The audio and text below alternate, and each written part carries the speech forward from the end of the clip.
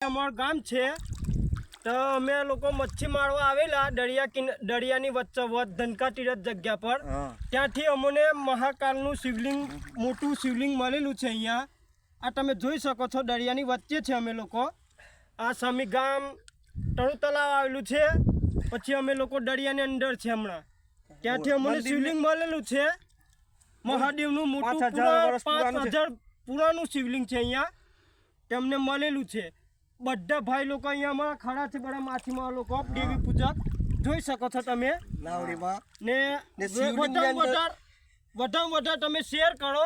ને આ વિડીયોને લાયક કરો મારા ભાઈઓ બધા જોઈ શકો છો આ શિવલિંગ ને આમાં નાની મૂર્તિઓ છે અહીંયા શિવલિંગની અંદર મૂર્તિ છે પછી અંદર પ્રાચીન કાળની અંદર બધા શંખ છે બધું છે તમે જોઈ શકો છો નીચેના ભાગમાં નાગની બેઠક છે બધું જોઈ શકો છો તમે આ અમારી બોટ છે આ બધા અમારા ભાઈઓ છે એક કરીને બધા લઈને વિડીયો આમનું નામ છે મંગળ કાલિદાસ ફકીરા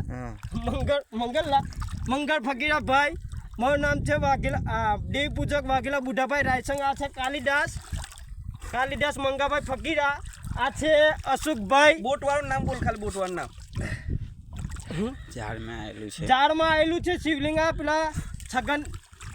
છગન સોમાં વાઘેલા છે બોટ વાળા તમે જોઈ શકો છો એમના પુત્ર છે એમની ઝાડની અંદર મોહનભાઈ એમની ઝાડની અંદર આ શિવલિંગ આવીને ફસાયેલું છે પણ ટીનીમય બધા જ આકાર છે શંખથી લઈને શિવલિંગ છે નાના અંદર સાપ છે નીચલા ભાગમાં ને આખું શિવલિંગ જ છે હજારો પુરાનું છે